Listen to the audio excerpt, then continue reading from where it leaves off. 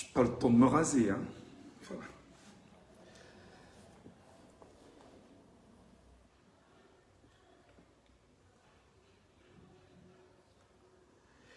Bonsoir tout le monde, bonsoir les amis, bonsoir le peuple camerounais, bonsoir à ceux qui vont regarder ce live, bonsoir à vous. Je vais vous dire les choses très clairement, je vais parler comme un Camerounais, avec l'accent camerounais, avec les termes camerounais, parler comme un Camerounais parle à ses Camerounais, à ses compatriotes. Si vous aimez le Cameroun et les Camerounais, partagez-leur ce contenu. Si vous aimez le Cameroun et les Camerounais, partagez-leur ce contenu. Ce contenu va faire exactement 52 minutes. 52 minutes seulement, pas plus. Ce sera un contenu explicatif et je vais vous démontrer ici comment le mouvement de Menganga peut sauver pas seulement le Cameroun, peut-être même l'Afrique en général. Je vais vous démontrer comment aujourd'hui un petit mouvement qui ne vaut rien peut sauver une nation et peut sauver même dans une certaine mesure un continent. Je voudrais avant toute chose vous demander qu'au nom du peuple camerounais, si vous aimez ce contenu, mettez-y les cœurs pour que le maximum de Camerounais nous regardant en direct viennent nous regarder.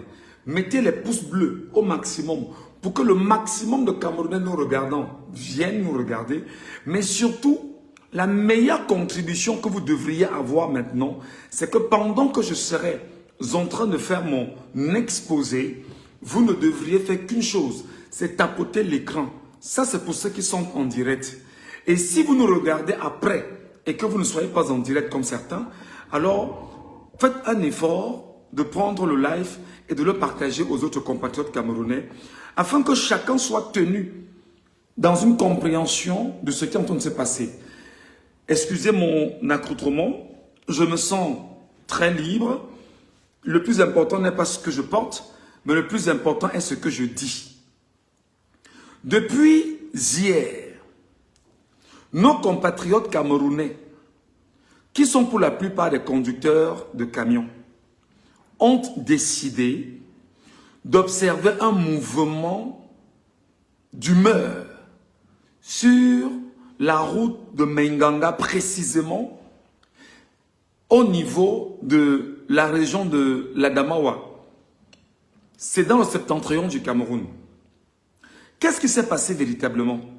Il s'est trouvé qu'un gendarme au point de contrôle de Menganga a giflé sur un chauffeur de camion. L'indignation de tous les chauffeurs de camion s'étant posée, tous sont descendus et ont dit qu'ils ne bougeront plus de là.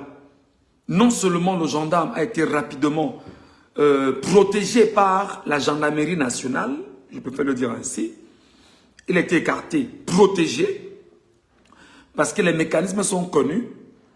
Et non seulement, les chauffeurs ont dit depuis hier qu'ils ne bougeront pas. Et croyez-moi, l'action est en train de porter ses fruits de façon exceptionnelle. En ce moment, les membres du gouvernement et les communicants du RDPC, mauvais parti au pouvoir, et qui laissent croire effectivement que ce qui est en train de se passer à Menganga, que nous sommes entrés, nous Camerounais, dans la distraction, et que l'État du Cameroun étant debout, ira absolument décoincer la situation et va nous imposer de revenir effectivement au deuil de M. Anissé Ekane. Je voudrais avant toute chose rappeler à ces concernés et à ces compatriotes camerounais, Anissé Ekane étant mort, assassiné par Paul Biya et Atanganji, Otoulou, Galax Etoga et tous les communicants, à savoir François Bruno Bidjan, Christophe Mbia, Chancelion, Ernest Obamanana et les autres qui ont accompagné cette communication moribonde. Donc, c'est effectivement le donneur d'ordre, M. Biya, depuis Etoudi, qui a choisi aujourd'hui d'en finir avec M. Anissé Ekane et nous sommes toujours dans le deuil. Depuis hier soir, je me fais l'écho d'un appel. Un appel qui voudrait que les Camerounais comprennent, surtout les camionneurs, qu'ils comprennent qu'aujourd'hui, ils ont entre leurs mains le destin de 40 millions de Camerounais, mais surtout, dans une certaine mesure, le destin du peuple africain dans sa globalité. qu'il me plaise d'abord de rappeler et de façon claire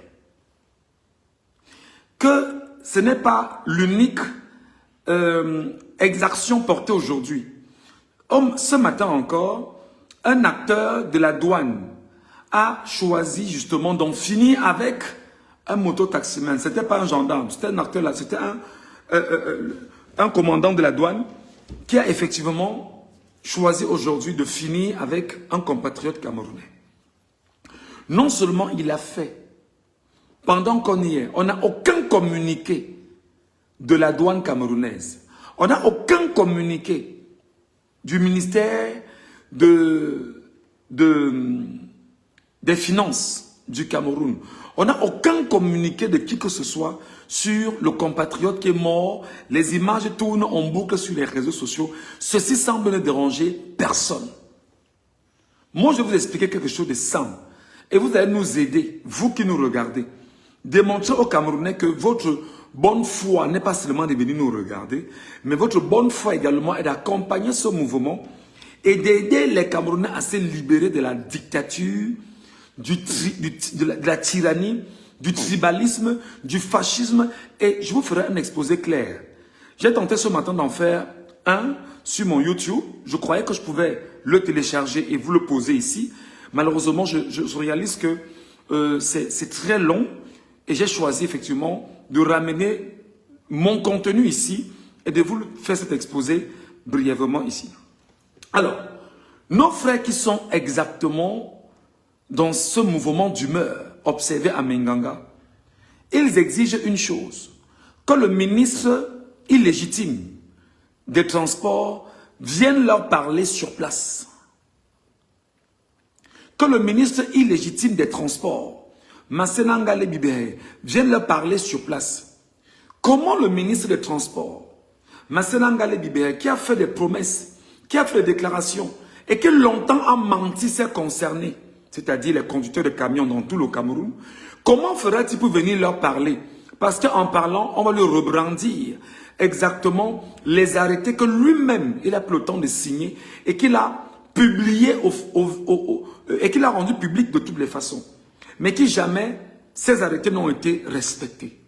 Massenangale Bibé, effectivement, qui ne s'entend pas effectivement avec et la gendarmerie, et la police, et la douane, et tout ce qui passe avec, comment pourrait-il exactement faire peser son point de vue sur ces autres secteurs-là? C'est très compliqué. Comment Massenangale Bibé, qui à chaque fois qu'il y a un problème au Cameroun, au lieu de résoudre le problème de façon réelle, on fait exactement ce qu'on appelle, on va y mettre un sparadrap pour laisser croire qu'on peut cacher la blessure, pourtant la blessure est béante. Elle n'est pas traitée en interne. Nos compatriotes donc qui sont les conducteurs de camions, ils ont dit que ils attendent le ministre sur place. Que comme c'est déjà comme ça, ils veulent le ministre, le soi-disant ministre ici. Le ministre sait qu'il ne peut pas venir là-bas.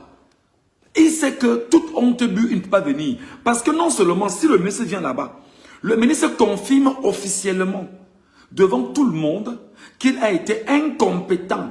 Et que comme ils sont en train de négocier en ce moment avec Bia, Chantal Bia, Ngongo et les autres pour qu'ils puissent avoir un remaniement ou un nouveau gouvernement et qu'ils soient maintenus dans le gouvernement camerounais, alors il sait que cet affront porté par les conducteurs de camions au Cameroun démontre effectivement que le transport au Cameroun est complètement en lambeaux et que ce ministre est, quoi qu'il en soit, incompétent et on ne pourrait pas lui garantir éventuellement une certaine réinsertion dans un éventuel prochain gouvernement illégitime, parce qu'en fait, ce sont les illégitimes qui sont à la tête du Cameroun, et ils s'arrangent effectivement à voir dans quelle mesure le gouvernement illégitime pourra le maintenir dans un éventuel poste gouvernemental.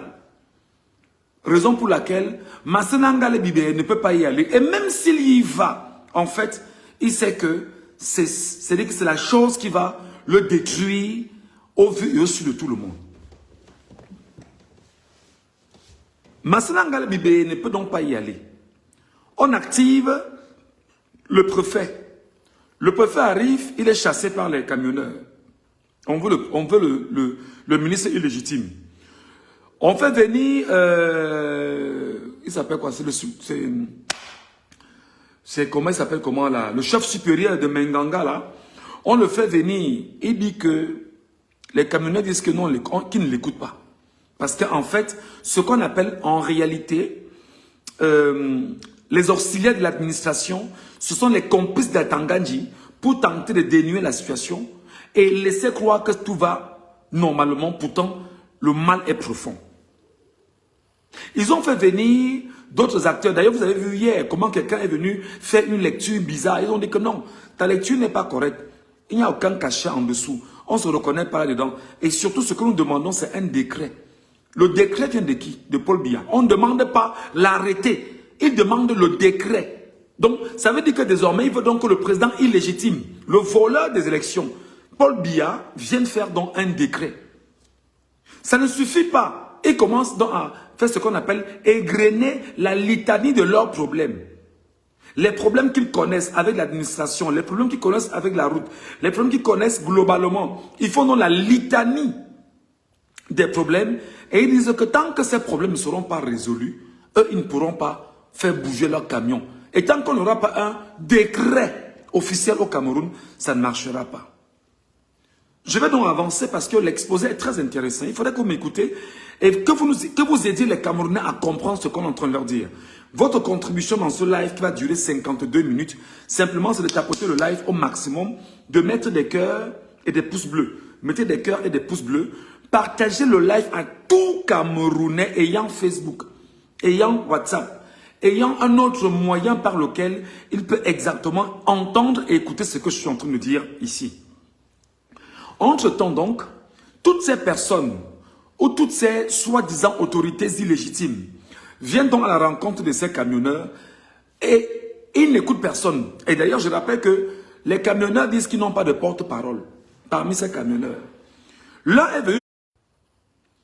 Quand je vous demande de partager le live, voilà les sardinats veulent attaquer le live. Vous n'êtes pas là comment? Quand je vous dis que tapotez le live, vous croyez que je blague? Voilà, ils ont signalé le live. Quand nous vous demandons en toute humilité de nous aider à bien faire le travail qui est le nôtre, notre travail, moi je suis journaliste à la base, et compte tenu des mutations du temps, et avec bien évidemment les réseaux sociaux aujourd'hui, on peut ouvrir nos caméras pour avoir ce qu'on appelle, de façon réelle, des lives explicatifs. Ça fait partie d'une donnée actualisée du journalisme. Donc vous devez nous aider à porter la communication plus haute, plus forte et plus loin. Ils ont signalé le live devant vous. Donc, essayez de tapoter le live et de mettre les cœurs au maximum. S'il vous plaît, mes chers compatriotes. Je vous ai dit que j'ai 52 minutes avec vous. Entre-temps, il se trouve que les autorités dont ont été chassées, eux, ils n'ont pas de porte-parole. Ils ont demandé à chaque camionneur de donner le numéro de téléphone. Ils ont dit qu'ils ne donnent pas le numéro de téléphone. Qu'ils n'ont pas de numéro de téléphone à donner.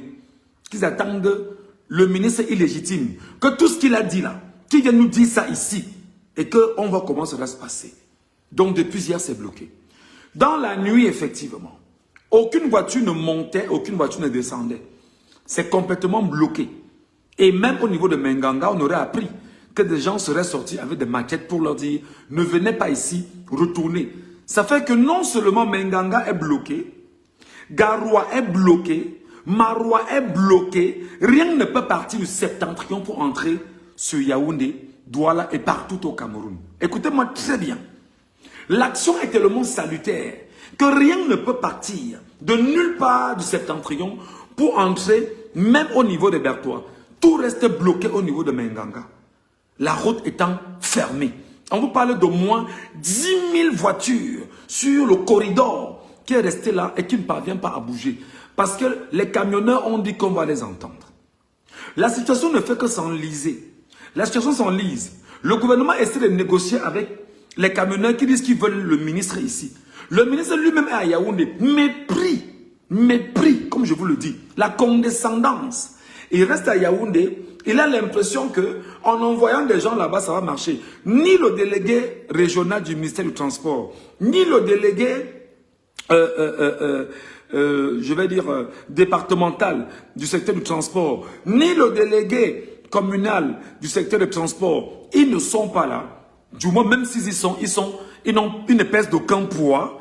Alors, c'est effectivement le soi-disant ministre illégitime qui est attendu bien au même endroit. Mais seulement, le ministre illégitime, même quand il viendra, alors les gars ont dit que la situation ne pourra plus s'arrêter. Hier soir, j'étais ici. Je me suis levé et dit, mais non, il faut qu'on soit tous unanimes auprès de nos compatriotes camerounais. Parce qu'ils sont sur le terrain de guerre. Et si sur un terrain de guerre, ce n'est que nous, peuple camerounais, qui pourrons effectivement leur donner la force nécessaire pour qu'ils aillent de l'avant et qu'ils réussissent ce dans quoi ils sont investis.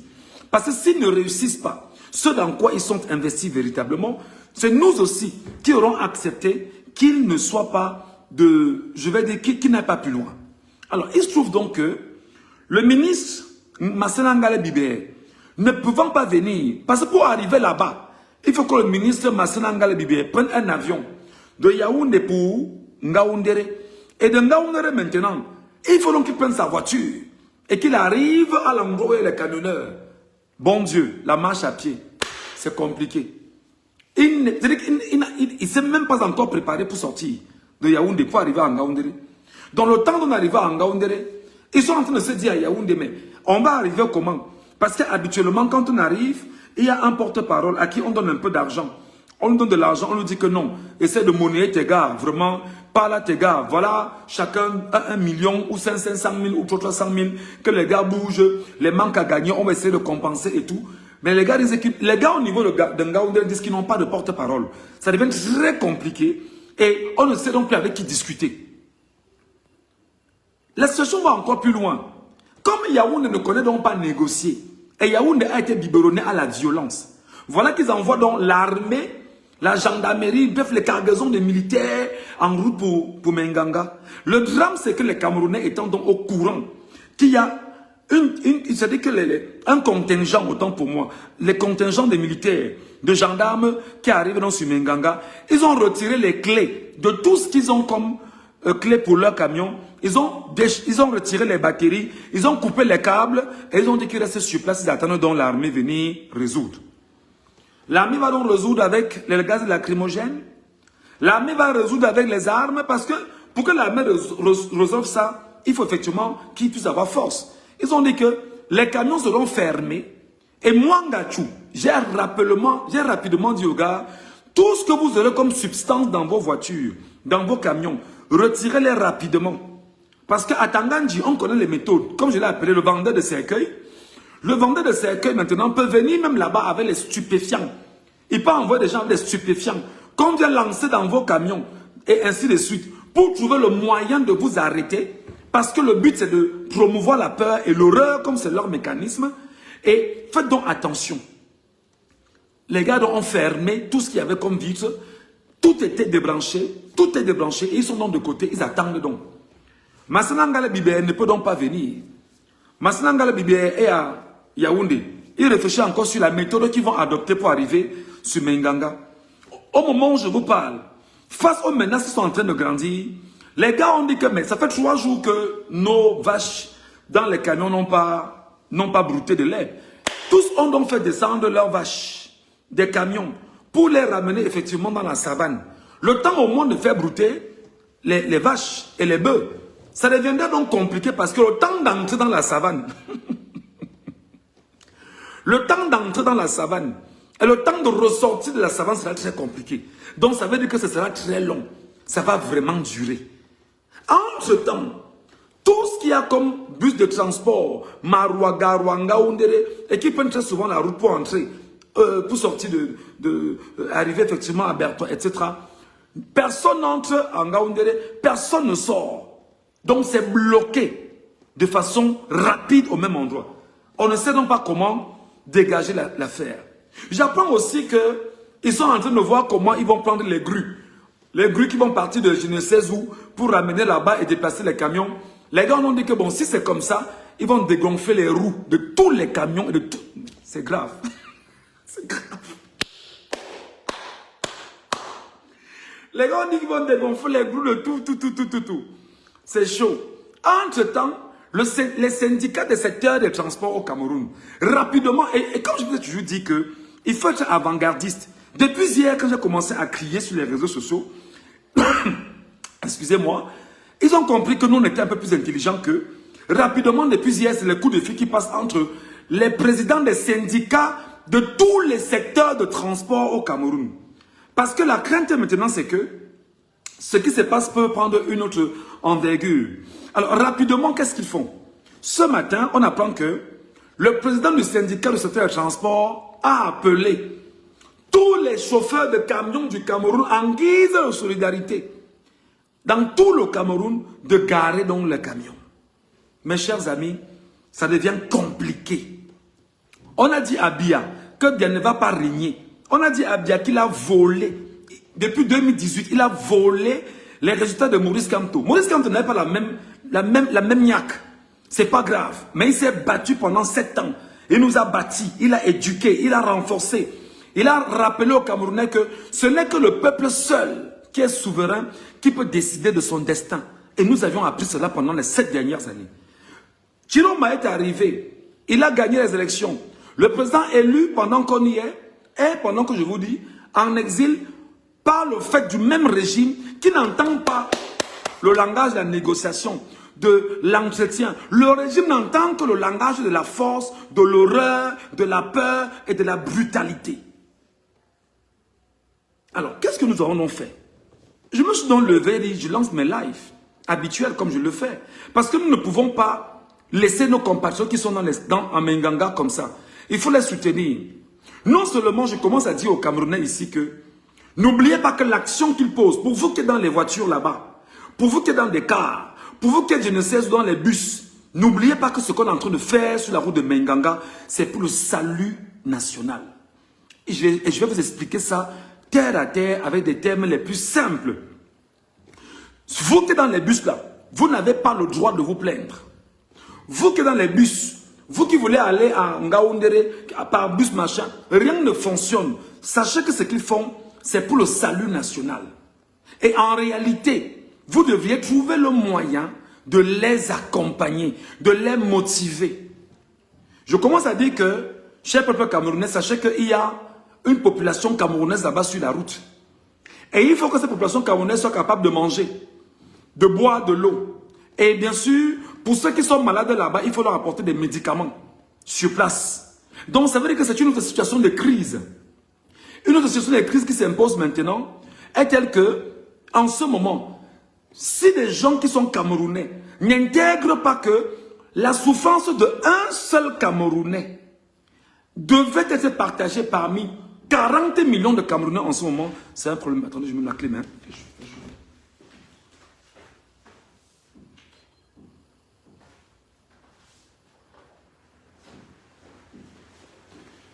Donc, la situation d'un seul Camerounais devrait interpeller tous les Camerounais. Si un seul Camerounais est touché, tous les Camerounais doivent être touchés. Ça veut donc dire que nos frères, nos compatriotes camerounais qui sont bloqués sur cette trajectoire-là, doivent y rester. Et nous, Camerounais, qui n'y sommes pas, devons trouver le moyen pour les venir en aide, en termes d'eau, en termes de nourriture, en termes de médicaments. C'est très important. Et que ce soit porté par le peuple souverain. Je n'ai pas dit par le peuple, par le régime, parce que c'est des bandits. Rapidement, Tangandji qui ne nous a jamais dit ce qui se passe avec l'argent vous appelez ça quoi là? La protection civile. Va rapidement se bouger. Croyez-moi, je suis un journaliste camerounais. Je sais comment ils vont faire. Comme maintenant j'ai évoqué la fin de la protection civile, à Tangandji rapidement, et ceux qui sont dans ces bureaux, les voleurs là, rapidement ils vont commencer à voir comment protection civile, les Camerounais sont en mal, il faudrait qu'on trouve l'argent pour les... Non! Que ce soit le peuple camerounais souverain qui s'arrange dès aujourd'hui. Ok?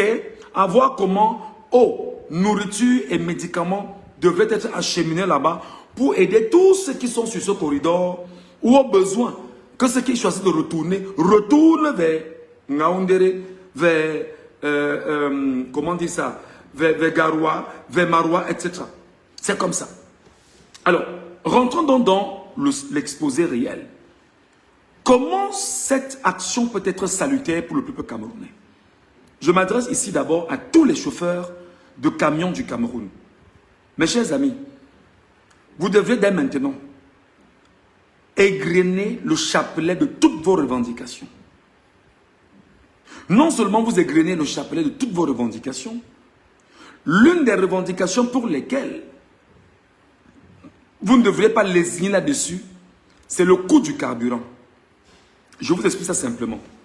Le premier élément sur lequel il faut s'appuyer et qui ne doit souffrir de rien, c'est le fait que vous devriez demander à tous les chauffeurs de camions dans le Cameroun de garer leurs camions.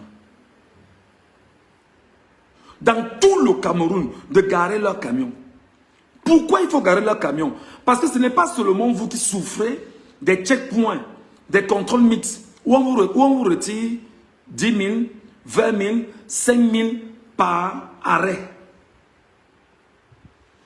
Il faut donc aujourd'hui, vous lutter contre la corruption au Cameroun dès aujourd'hui. C'est-à-dire que ce que vous faites là aujourd'hui peut être une action salutaire pour lutter contre la corruption dès aujourd'hui. Donc la première revendication, je vous l'ai dit depuis hier, c'est d'exiger que tous les postes de contrôle dans tout le Cameroun soient retirés. Tous les postes de contrôle dans tout le Cameroun, tous les postes de contrôle là qu'ils ont érigés de partout, soient retirés. Première des choses. En retirant ces postes de contrôle, vous gagnerez en termes d'argent, vous gagnerez en termes de temps, vous gagnerez en termes d'efficacité et vous aurez moins de problèmes. C'est très important. Deuxième chose, vous devez vous arranger à comprendre que, en le faisant et en exigeant qu'on baisse le prix du carburant, le litre de carburant sur le marché international coûte 250 francs CFA. Écoutez-moi très bien, cher peuple camerounais, je vous ai demandé que si vous aimez les Camerounais, partagez le live ici. Si vous qui me regardez, vous aimez les Camerounais, partagez-leur le live ici. Au besoin, tapotez le live au maximum pour que les Camerounais viennent nous écouter. Nous ne mentons pas au peuple camerounais, ne mentons pas à nos concitoyens. Si vous aimez les Camerounais, si vous estimez que vous souffrez comme je souffre là, et comme toutes nos familles souffrent au Cameroun, à part les familles des jouisseurs, tapotez le live, vous envoyez ça aux Camerounais. Le litre de carburant sur le marché international coûte 250 francs. Le Cameroun n'étant pas capable de réparer sa raffinerie de Limbé, le Cameroun a préféré aller acheter le carburant pour venir le vendre aux Camerounais. Ils achètent le carburant sur le marché international à 250 francs. Ils viennent le vendre au Cameroun à 1000 francs. Parce que je ne vois personne ici dire que c'est 840 francs, on va lui rembourser 140, 160, 160 francs. Ça n'existe pas. Il n'y a aucun chauffeur qui va dire que rembourser 160 francs. Jamais. Quand tu dis que tu achètes le litre, c'est le litre de même-moi 2000, même-moi 3000, même-moi 5000, même-moi 10 000. Le carburant, le litre revient exactement à 1000 francs au Cameroun. Vous devez donc comprendre ceci. Ils achètent donc le litre de carburant à 250 francs. Ils font acheminer le carburant jusqu'au port de Douala. Et ils font acheminer aux différents endroits qui doivent arriver au Cameroun. Alors, ils vous vendent le carburant à 700, à 1000 francs. Ils ont un bénéfice de 500 francs CFA par litre de carburant. Écoutez-moi très bien, cher peuple camerounais. Quand je vous dis que c'est vous qui payez la facture, et vous devez faire un effort de leur montrer que vous devez frapper où ça va faire mal maintenant. Lorsque le carburant arrive au port de Douala, ça arrive à 250 francs. Lorsque le carburant est acheminé dans le Cameroun, il coûte 1000 francs CFA. Et ils vous disent que c'est 840 francs, c'est faux. C'est 1000 francs CFA. Je le dis parce que avant de quitter le Cameroun, j'avais aussi une voiture. Et je connais les réalités de la voiture et les réalités du carburant. 1000 francs CFA. C'est-à-dire qu'ils gagnent par litre de carburant 500 francs CFA. Mais seulement ils ont menti l'opinion camerounais. Ils disent que le carburant en réalité coûte ce montant parce qu'il faut rembourser les dettes du Fonds monétaire international ou si vous voulez, les institutions de Bretton Woods à qui ils doivent de l'argent et donc ils doivent arrêter de subventionner le carburant au Cameroun. Pourtant, ils n'ont jamais subventionné le carburant au Cameroun. C'est pourquoi je dis à mes frères qui luttent là, mes frères qui sont sur la route de Menganga et tous les chauffeurs camions du Cameroun, sachez que là, l'action que vous portez est une action salutaire, souveraine et qui peut sauver le peuple camerounais. Je vais vous expliquer. Sachant qu'ils passent le temps à voler dans le peuple camerounais 500 francs par litre de carburant vendu, ils sont donc bougrement riches. Bougrement riches, bougrement riches. Qui paye? C'est 40 millions de misérables que vous et moi nous constituons. C'est-à-dire que pour payer, nous devons nous battre à travailler, payer nos impôts, payer nos taxes, payer tout ce que nous payons pour pouvoir leur permettre de s'enrichir davantage. Donc, ils n'ont jamais subventionné le carburant au Cameroun et c'est vous qui payez la facture salée. Venons-en au fait. En posant un tel acte, si on parvient à baisser le prix du carburant au Cameroun à 440 francs ou 450 francs, vous aurez, vous, chauffeurs de camions, aujourd'hui au Cameroun, contribué à ce qu'on fasse une chose. Le panier de la ménagère va baisser. Les denrées vont baisser. Les coûts de tout ce qui entre au Cameroun pour être vendu au Camerounais, tout va être revu à la baisse. Seulement parce qu'il y a eu une action salutaire des compatriotes camerounais. Mais seulement, ce qu'il faut rappeler, c'est que le mouvement ne doit pas s'arrêter autour de vous. Parce que leur crainte là maintenant, c'est que le mouvement puisse avoir un relent plus fort. Et dans le relent qui sera plus fort, qu'est-ce qu'il faut donc faire? Ils ont donc peur que les mototaximens entrent dedans, que les taximens rentrent dedans, que les transporteurs interhumains entrent dans l'affaire. Ils ont donc peur que tout ce beau petit monde-là exige tout de suite et maintenant qu'on revienne au coût du carburant à 450 francs CFA. Ils sont en train de... La peur, c'est-à-dire que vous avez envoyé la peur sur ces gars maintenant et ils le savent que c'est très compliqué pour eux. Alors, imaginez-vous donc que tous les secteurs de transport au Cameroun, dès aujourd'hui ou dès demain, décident que ville morte, aucun transport, aucune voiture ne bouge, aucun camion ne bouge, rien ne bouge tant qu'on ne baisse pas le prix du carburant à 450 francs au Cameroun. Et que ceci ne soit pas de bouche, que ce soit un décret, que l'acte soit pris, certes par un président illégitime, voleur et bandit, mais qu'il puisse avoir ce qu'on appelle un décret. Les amis, je peux vous jurer que vous avez détruit le régime Biya. Mes amis, je peux vous jurer que l'action que vous portez là, vous devriez, c'est-à-dire que vous allez détruire aujourd'hui le régime Biya. C'est pourquoi cette nuit et depuis hier, les coups de fil passent entre les présidents des syndicats, les présidents que non, ne les suivez pas, faites un effort de mobiliser vos gars, vous savez qu'on est ensemble, vous avez besoin de quelque chose, on va vous donner. Et maintenant, ça va permettre aux Camerounais d'identifier exactement les différents syndicats adossés au régime en place, avec pour mission de venir fragiliser les actions citoyennes, parmi lesquelles la revendication citoyenne du coût du carburant qui doit baisser obligatoirement. Maintenant, si le carburant baisse, venons-en à l'évidence, que si et seulement si nous parvenons à avoir un salaire, je dis n'importe quoi, de 250 000 le mois, ou de 200 000 le mois. Je rappelle que le SMIC au Cameroun est encore de 47 000, ce n'est pas encore monté. Pire encore, Grégoire Oona, vous avez menti qu'on devait faire augmenter le coût du SMIC au Cameroun, ce qui n'a jamais été fait jusqu'à nos jours. Vous comprenez que c'est des mensonges sur des mensonges ils ont empaqueté des mensonges et vous-même vous ne pourrez pas vous en sortir.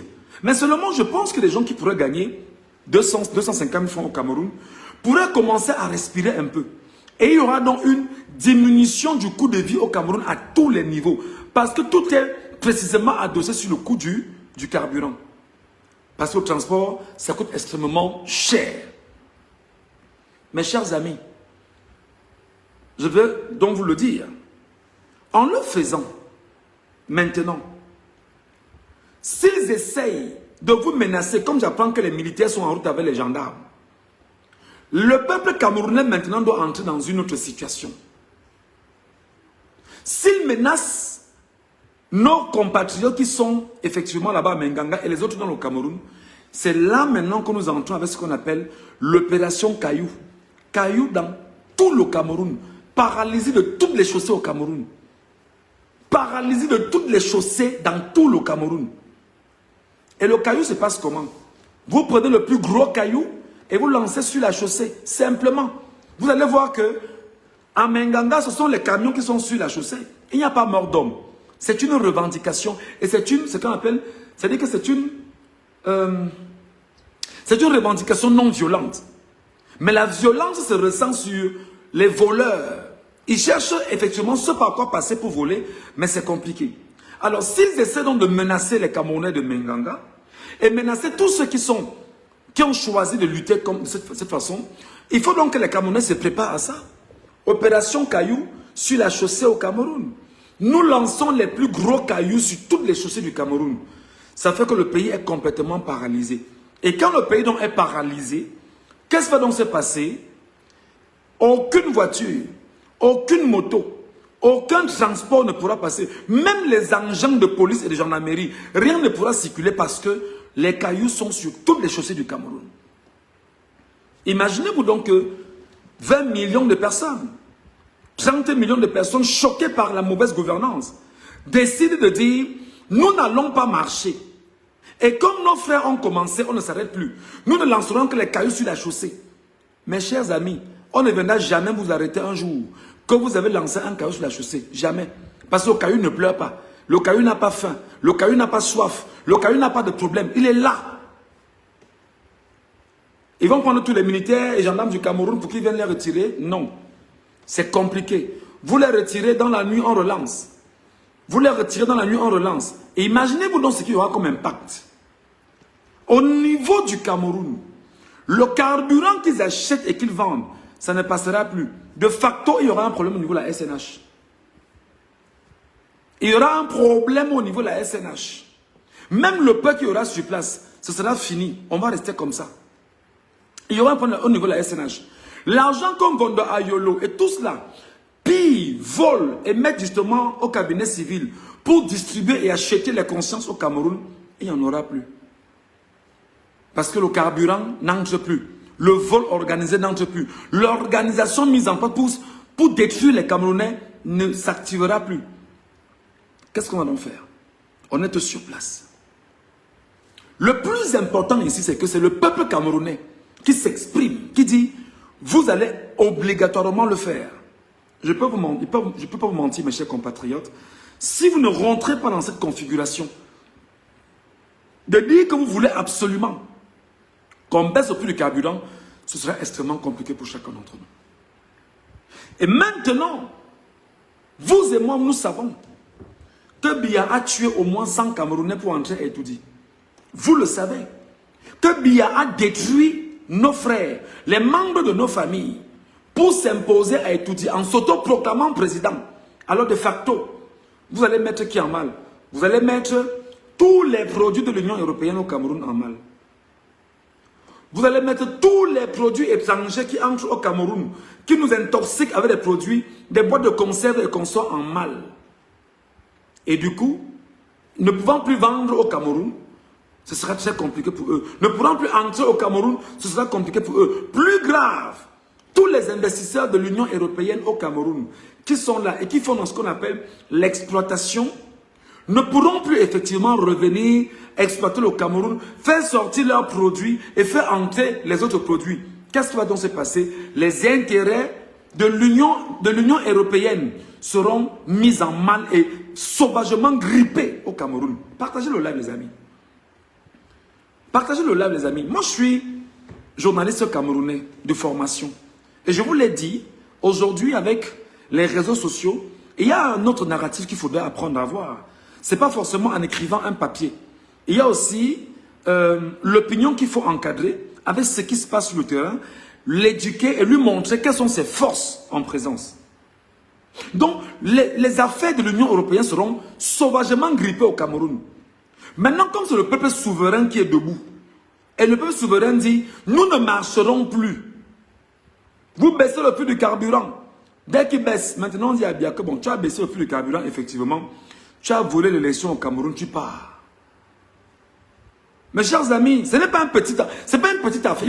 Ce qu'ils sont en train de faire là, le peuple camerounais devrait se lever de façon unanime pour leur envoyer des messages d'amour, de motivation, tout faire pour que ces Camerounais restent focus et droits. Et qu'on trouve le moyen de les accompagner. Parce que c'est le sacrifice qu'il faut faire ensemble. C'est compliqué. Imaginez-vous donc que les affaires de l'Union européenne soient fragilisées au Cameroun. Les affaires des Américains soient fragilisées au Cameroun. Les affaires de l'Union africaine soient fragilisées au Cameroun. Les commerçants ne peuvent plus bosser. Tout est fragilisé au Cameroun. Imaginez donc l'impact sous-régional. Le Gabon n'a pas d'ouverture à la mer. Tout ce qui... Qu'est-ce que je veux dire? Le Tchad n'a pas d'ouverture à la mer. Tout ce qui arrive au Tchad, en N'Djamena, passe par le port de Douala. Le port ne sera plus fonctionnel. Le port ne sera plus fonctionnel. Et malheureusement, le Tchad va écoper et brutalement. Ce qui va bien sûr du port de Douala pour arriver au niveau de Bangui, ce sera plus fonctionnel. La nourriture produite au Cameroun qui arrive au Gabon, il n'y aura plus moyen. La nourriture qui arrive au Congo, il n'y aura plus moyen. La nourriture qui arrive en République, en Guinée équatoriale, il n'y aura plus moyen. Pourquoi? Parce qu'il y aura paralysie du Cameroun à tous les niveaux possibles. L'impact sera considérable au niveau sous-régional.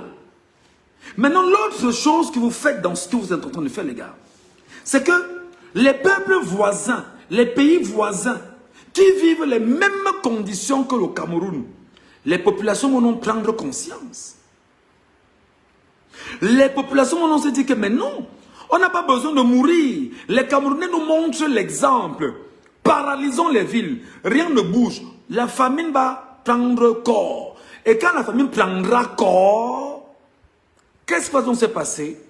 On aura la légitimité maintenant en tant que peuple d'aller chasser celui qui nous affame. Alors, donc, l'impact sous-régional sera tel que dans tout le Gabon, le Congo, la RCA, bref, tous les pays voisins en dehors du Nigeria qui n'a pas forcément de problème en tant que tel. Et encore, mais je vais me dire au Nigeria, c'est compliqué parce qu'il y a des cheptels de bœufs qui partent bien évidemment de Septentrion pour être acheminés vers le Nigeria. C'est compliqué, tout ne bouge pas. Il y a un commerce frontalier qui se fait avec les pays. Ça ne bouge pas. Donc, les Camerounais vont consommer ce qu'ils ont sur place et vont faire d'abord avec ce qu'ils ont sur place pour pouvoir mettre en mal le régime. Alors, maintenant, je vous dis que l'action que vous posez à Menganga, je vous donne une sorte de lecture globale. Ça fait que vous allez mettre en mal toute la sous-région Afrique centrale. Quand vous allez mettre en mal toute la sous-région Afrique centrale, l'officier de police, non, l'officier de l'armée, qui va oser dire qu'il va former un coup d'État pour entrer à Etoudi, aura donc le peuple camerounais en face. Tous les Camerounais rentreront à Etoudi pour dire on ne veut pas de l'armée à Etoudi. Et par conséquent, notre capacité à être dans la lutte, le combat, va certainement aider les autres à comprendre que nous n'avons plus besoin d'un pays où il y a des forces armées qui viennent prendre le pays en otage en accompagnant toujours la dictature de la France dans leur pays. Je vous explique. La France est effectivement le premier moteur dangereux qui tient le peuple camerounais en esclavage. Toutes les entreprises françaises exploitent au Cameroun, vendent au Cameroun, achètent ce qu'elles peuvent acheter ailleurs, ne payent pas les impôts au Cameroun. Avec l'accord de Biabim Bondo et surtout l'ambassadeur de France qui est au Cameroun, qui gère le Cameroun comme étant, on va dire, c'est-à-dire que c'est le précaré de la France. Les entreprises françaises, pour la plupart, ne payent pas convenablement les impôts au Cameroun. D'autres vous disent même qu'ils paient les impôts en France, pour le cas du Cameroun. Vous imaginez le manque à gagner? Ce sera énorme. Donc, ce qui va se passer, c'est que la France sera fragilisée en France. Parce que l'oligarchie française, qui a la même mise au Cameroun et dans la sous-région Afrique centrale, se rendra compte que le hub, le cœur bien évidemment de l'Afrique centrale qui est le Cameroun, c'est compliqué. On ne parvient pas à s'en sortir. Parce que le peuple a été éveillé, le peuple s'est mis debout et le peuple a dit, nous n'allons plus nous produire en chair à canon, nous allons nous permettre de lancer seulement les cailloux sur la chaussée et vous devez respecter nos injonctions. Je ne peux pas vous mentir, mes chers compatriotes, le projet de Cailloul est un projet extrêmement puissant. Vous devriez exiger que le prix du carburant revienne à 450 francs au Cameroun. Je dis bien, vous devez exiger que le prix du carburant revienne à 450 francs au Cameroun. Et le gasoil, au moins à 400 francs. Ou à 420 francs. Ou à 410 francs. C'est l'exigence que vous devez avoir au Cameroun. Maintenant là. Si vous n'avez pas cette exigence au Cameroun, les gars, nous vous avons dit ici pendant de longues semaines, de longs mois, que si nous laissons Biabim Bondo prendre ce régime, ce pouvoir, nous sommes partis pour une dictature de 70 ans. Mais comme Dieu est du côté des Camerounais, avant-hier, ils ont rendu public leur assassinat sur notre leader, Anissé Ekane, et aujourd'hui, et hier, ils ont giflé un camionneur, ça a créé ce que ça a créé. Aujourd'hui, c'est effectivement un douanier qui a tué un motoman dans le septentrion. Nous devons regarder l'ensemble de ces faits, l'ensemble de ces actes pour pouvoir avancer. Je finis maintenant en disant ceci. En le faisant, mes chers amis, j'appelle ici donc, j'imagine parce que je dis tout le temps, on dit, ben non, les politiciens vont faire la récupération, ce n'est pas normal. Il n'y a aucune honte à faire ce qu'on appelle la récupération. J'invite le mouvement pour la renaissance du Cameroun à faire la récupération. Je m'appelle Michel Gachou. J'insiste et je dis, le mouvement pour la renaissance du Cameroun, les amis, tapotez le live. Tapotez le live. Tapotez le live, vous partagez. Le MRC ne doit avoir aucune honte à récupérer le mouvement. J'imagine simplement que le professeur Maurice Kamto se lève et qu'il dise que bon d'accord, je vais me rendre à Menganga. J'imagine que le professeur Maurice Kamto se lève et qu'il dise que bon d'accord, je vais me rendre à Menganga et il annonce sa venue à Menganga. Il a gâté. Il a gâté. C'est-à-dire que ça ne va plus bouger. On va dire que non, Kamto du MSC est en train de venir. Il vient faire quoi? Il vient juste écouter. Il vient écouter les Camerounais. Il écoute ce qui se passe. Qu'est-ce qui se passe? Monsieur le Président Maurice Kamto, il y a eu ci, il y a eu ça, il y a eu ci, il y a eu ça, il y a eu... Ça, c'est le leader politique de l'opposition réelle, concrète, vraie. C'est lui qui va maintenant les rencontrer. À côté, maintenant, j'imagine que le Front National pour le Salut du Cameroun, le FSNC, le Front pour le Salut National du Cameroun, envoie ces gens sur le terrain. Allez écouter, allez auditionner ces compatriotes camerounais. Écoutez exactement de quoi est-ce qu'ils se plaignent. On rassemble les faits. Maintenant, le président élu par le peuple camerounais dans les urnes, qui s'appelle Issa Chiroma Bakari, doit urgemment prendre sur lui. Je le dis d'autorité de journaliste. Je n'ai pas honte de le dire. Il doit prendre donc sur lui de faire ce qu'on appelle la récupération sans honte. Il récupère nos Camerounais. Bon, d'accord, vous avez décidé. Maintenant, on s'en charge. C'est l'occasion pour vous de faire baisser le prix du carburant au Cameroun. C'est l'occasion pour vous de demander à ce qu'on chasse le régime illégitime.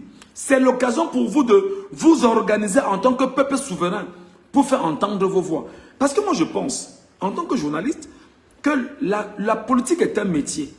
C'est pourquoi dans les partis politiques, on doit recruter des gens qui sont à la fois des experts, à la fois des penseurs, à la fois des communicants. C'est-à-dire que des gens qui n'ont rien à voir le parti, mais qui bossent pour le parti parce qu'ils sont recrutés par le parti politique, qui doivent penser pour le parti, qui doivent structurer leur vision pour le parti. Il n'y a aucune honte. J'imagine donc que M. Maurice Kamto se lève, il dit, bon d'accord, je vais me rendre là-bas. Ou même, bon, Mamadou Mouta n'est pas au Cameroun. Nous, on va faire un tour là-bas pour voir ce qui se passe. Ou même le régional de l'extrême nord, du MRC, associé au régional de l'Adamawa, associé au régional de Garoua, qu'ils fassent une descente là-bas, écouter les Camerounais et donner leur point de vue devant caméra de ce qui se passe, ça s'appelle une action politique puissante, concrète, objective et sérieuse. Que les acteurs, effectivement, du FSNC, effectivement, à Garoua, se mobilisent aujourd'hui, qui descendent sur le terrain, fait ce qu'on appelle une écoute, l'audit, écouter les Camerounais. Et lorsqu'ils vont le faire, ils vont faire le compte rendu au président élu, qui va rapidement donner certainement un mot d'ordre à son porte-parole pour dire, dans les heures qui suivent, le président élu va s'exprimer et parler à tous les camionneurs du Cameroun et à tous les Camerounais des secteurs de tous les transports au Cameroun sur la question du carburant. Les amis, ce sera gâté. Je vous dis que ce sera gâté. Vous imaginez au Cameroun, rien n'entre, rien ne sort, ce sera compliqué. Maintenant, l'autre impact que vous aurez maintenant dans cette guerre, c'est que les gars, ça va maintenant donner la force aux Camerounais de faire ce qu'on est en train de leur dire depuis de longues semaines. Trouvons le moyen de boycotter Canal Sat au Cameroun. Pourquoi je le dis? Canal Sat au Cameroun a au moins 1 million de foyers, je veux dire des maisons, qui regardent Canal Sat, qui donnent minimalement 5 000. Bon, prenons 10 000, parce qu'il y en a qui payent 40 000 le mois. Admettons que ceux qui payent 40 000 compensent les paiements de ceux qui donnent 5 000. Imaginons 1 million de foyers. Et qu'on prenne 10 000 par foyer, ça fait combien? Ça fait 10 milliards par mois. Que nous donnons à Canal+. Une fois l'argent entré, directement, c'est déjà dans les caisses de France. En boycottant donc Canal+, on ne regardera plus les matchs. C'est très important. En boycottant Canal+, on va également boycotter l'alcool, la bière, de Kadji, de Djadjeo, des brasseries du Cameroun. Même le jus, on ne boira pas. Ce sera une action populaire, une action solide de revendication et on fragilisera toutes les entreprises au Cameroun. De facto, le consommateur va dire, je ne consomme pas les produits de Kadji, les produits de brasserie, les produits de Djadjeo, parce qu'en réalité, nous sommes dans une action commune du peuple camerounais. Le même effet que vous allez produire, c'est que 1xBet, Paris Foot, BetMomo n'auront plus l'argent pour distraire la jeunesse camerounaise avec le football. Donc imaginez-vous que dans ce que seulement Menganga a initié, les impacts qui peuvent se produire, les impacts solides qu'on peut avoir, ce sera très compliqué. Alors, si les Camerounais, la jeunesse camerounaise ne suit plus le football, la jeunesse ne boit plus, qu'est-ce qu'elle devient? Elle devient lucide. Et quand elle est lucide, qu'est-ce qui se passe? Elle réfléchit. Et quand elle réfléchit, qu'est-ce qui se passe? Elle regarde comment on va mettre en place les actions. Et lorsqu'elle s'engage aux actions, qu'est-ce qui va se passer? Ils peuvent avoir action sans résultat. La crise va s'enliser jusqu'à ce qu'on entende la voix du peuple souverain. C'est comme ça. Je voudrais donc vous dire, mes chers amis, que cette bataille, ce que nos frères de Menganga ont commencé, ne doit pas s'arrêter. Mais comment c'est qu'on est dans un pays où des gens nous écoutent avec leurs oreilles, nous regardent avec leurs yeux, mais n'écoutent pas avec leur cerveau et leur cœur, c'est compliqué. Je vous supplie seulement, chers Camerounais, je vous supplie seulement, je vous supplie de le faire.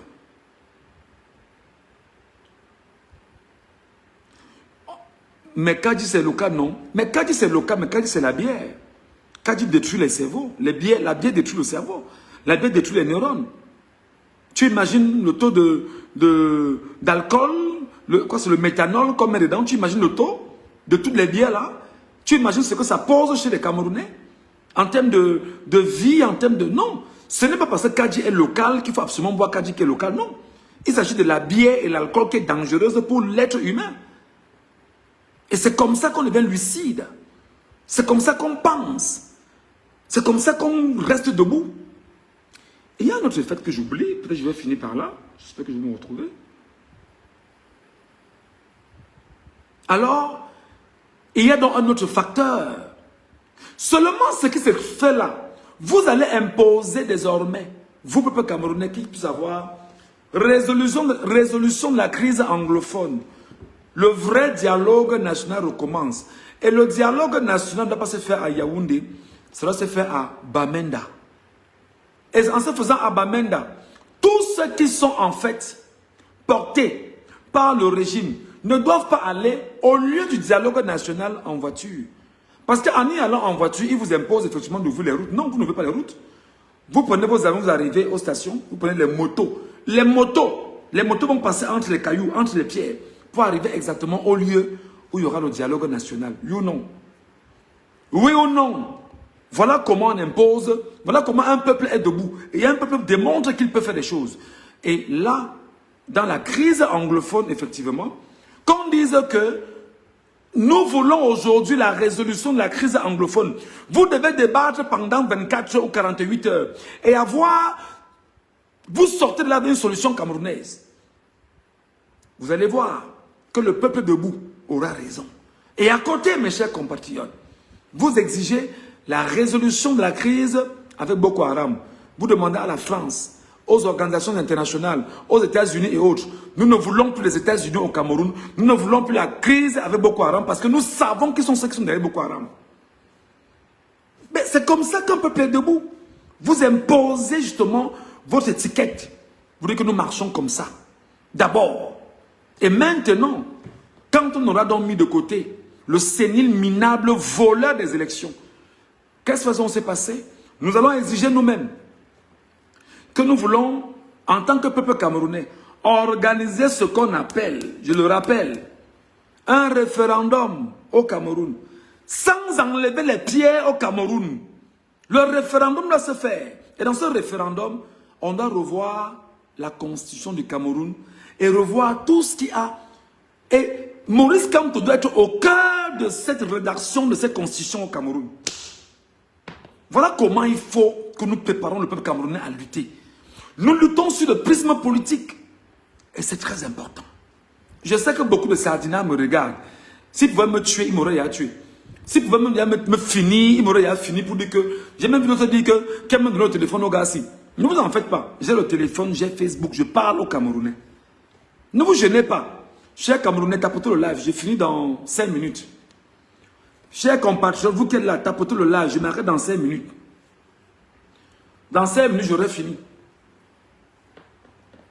Alors, il y a un fait qui va se poser. Et le fait là, il est très grave. Tapotez le live. Est-ce que vous savez que s'il y a une vraie crise portée par les Camerounais sur l'action portée par nos frères de Menganga, aucune pharmacie au Cameroun ne sera ravitaillée. Alors, le gap sera très fort en ce qui concerne les big pharma européennes et américaines. J'entends que par big pharma, les firmes pharmaceutiques internationales ne pourront plus ramener les médicaments au Cameroun. La perte sera énorme et très grave. Les pertes seront extrêmement graves. Et lorsque nous, maintenant, au regard des pertes qu'on aura orchestrées, on va donc décider de dire que nous ne voulons plus de ce gouvernement, il est illégitime, et nous revenons à un équilibre normal. Remettez le pouvoir à celui qui a gagné. Comme ça. Remettez le pouvoir à celui qui a gagné. Il gagne, il entre et tout dit, il nomme un gouvernement, mais le gouvernement maintenant doit être un gouvernement pensé par le peuple camerounais, et la constitution qui doit être revue ne doit pas être une constitution qui vient de la France ou de l'Angleterre ou des États-Unis ou de la... Non. Une constitution écrite des mains des Camerounais eux-mêmes. Ce n'est que comme ça qu'on va gagner notre combat, mes chers compatriotes. Si vous aimez les Camerounais, partagez-leur ce contenu. Je suis en train de finir. Si toi, tu aimes les Camerounais, partage-leur ce contenu. Parce que notre but, c'est d'abord d'éduquer les Camerounais, de leur montrer qu'il y a la capacité de lutter et de gagner. Est-ce que depuis que vous avez parlé de sang, de guerre? Non. Paralysons seulement le pays. La paralysie du pays. On paralyse tout ce qu'il y a dans le pays. Rien ne fonctionne, rien n'entre, rien ne sort. Rien n'entre, rien ne sort. Tout est sur place. Ce sera extrêmement difficile pour les truands de s'imposer devant nous. Mes chers amis, n'oubliez pas ce que disait Thomas Sankara, qui pour moi était un prophète.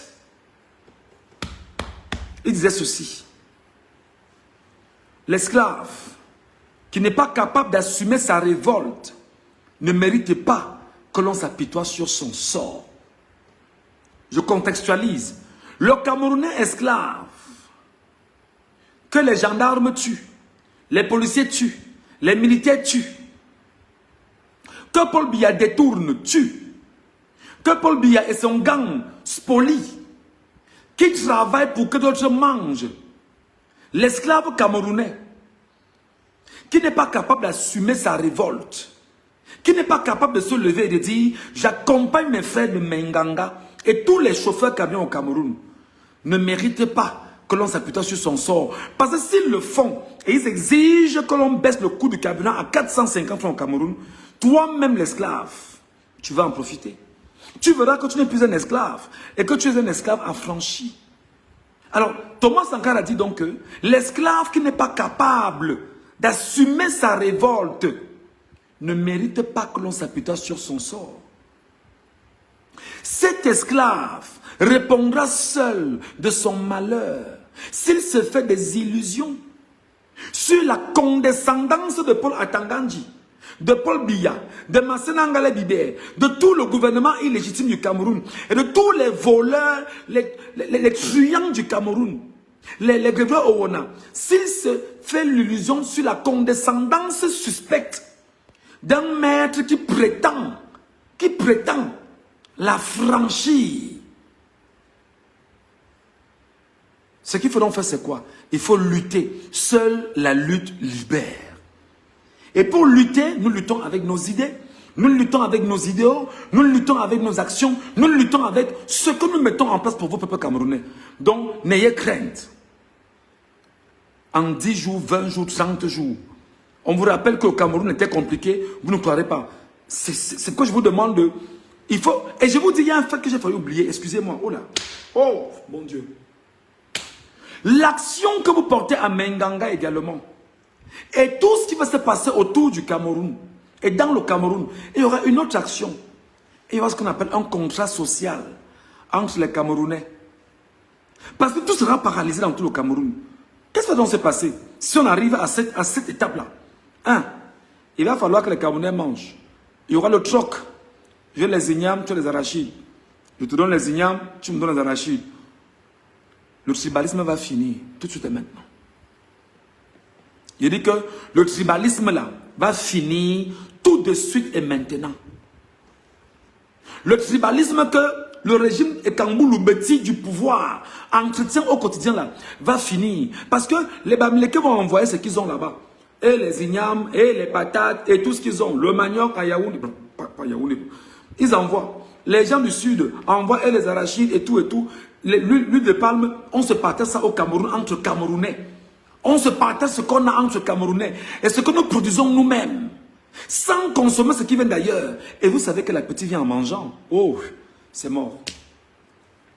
On dit aux Camerounais, pourquoi toi et moi on lutte?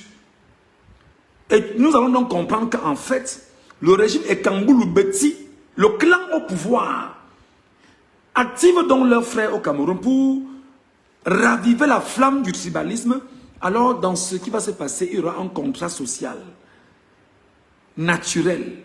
Tu n'as pas besoin de lutter avec moi parce que toi et moi on a compris qui sont les problèmes. Qui sont ceux qui font le problème?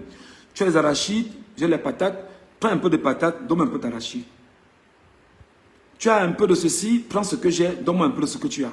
Au fur et à mesure, le partage sera équitable au niveau du Cameroun. Et les Camerounais vont désormais se reparler d'une même voix. Ils vont lever les tabous et les barrières érigés par un clan dictatorial, fasciste, totalitaire, tyrannique au pouvoir, tenu par Biabim Bondopol Barthélemy, un sénile minable homme de 92 ans, qui est un bandit et un voleur. Donc, vous devriez, vous Camerounais, vous lever pour demander à tous ces compatriotes camerounais qui luttent à Menganga de comprendre jusqu'où leur action peut arriver. Je fais ma part en tant que journaliste camerounais et en tant que citoyen camerounais, en cavale, en exil. C'est la raison pour laquelle ces gars veulent me tuer. Parce qu'ils estiment que mes idées ne doivent pas grandir. Ils estiment que ce que je dis, vous ne devrez pas écouter. Et que vous devez absolument vous mettre de côté. Ils nous regardent, ils disent que nous sommes des terroristes. Alors qu'aujourd'hui, vous comprenez que c'est eux dont les terroristes. Compte tenu de l'exposé qu'ils nous font. C'est eux qui vous terrorisent, vous spolient, vous affament. Et n'oubliez pas, ils ont donc leurs injonctions venant de Paris, de New York, ainsi de suite. On va leur dire, Monsieur Biya, nous croyons que vous avez longtemps martyrisé ce peuple. Il est donc temps de laisser ce peuple tranquille.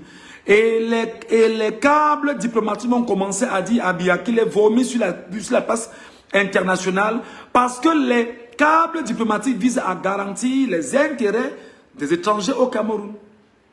Maintenant, qu'est-ce qu'il va donc falloir? Qu'est-ce qu'il faut faire? N'oubliez pas que dans la charte de l'impérialisme, l'article 1, dans les dispositions générales, dit ceci. Pour nous occidentaux, qui sommes sortis bien évidemment de l'esclavage, notre façon de tenir les Africains, c'est de faire quoi?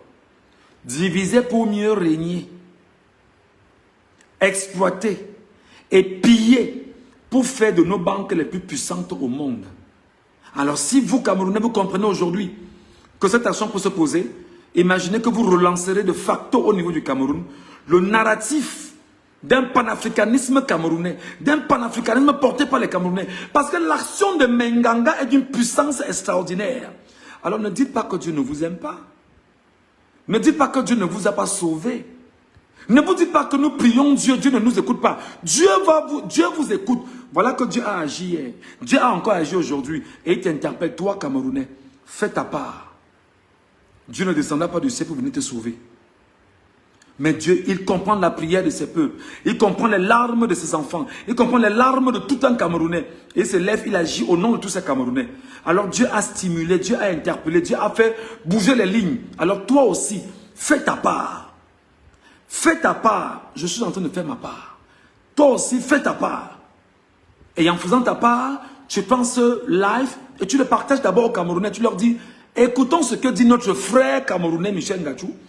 Sur son exposé, est-ce qu'il a menti? Si j'ai menti, j'attends que des gens viennent me donner justement un narratif à l'inverse et qu'on débatte si possible. Mon titre reste ouvert. À bon entendeur, je vous aime.